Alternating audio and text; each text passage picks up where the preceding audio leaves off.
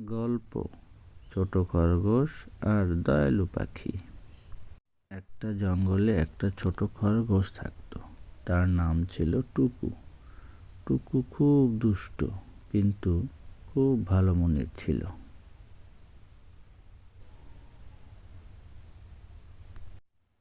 একদিন টুকু জঙ্গলে খেলতে খেলতে পথ হারিয়ে ফেলল। ভয় পেয়ে এসে কাঁদতে লাগলো। তখন একটা দয়ালু পাখি উড়ে এসে বলল, টুকু, তুমি কাঁদছো কেন? টুকু বলল, আমি আমার বাড়ির পথ খুঁজে পাচ্ছি না। পাখিটা বলল, ভয় পেও না, আমি তোমাকে বাড়ি পৌঁছে দেবো। পাখিটা আকাশে উড়ে উড়ে পথ দেখতে লাগলো, আর টুকু পিছনে পিছনে দৌড়াতে লাগলো। কিছুক্ষণ পর টুকু তার বাড়ির সামনে পৌঁছে গেল।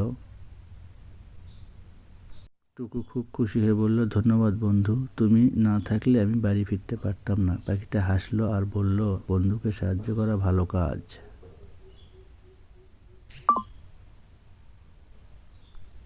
শিক্ষা: অন্যকে সাহায্য করলে সবাই খুশি হয়।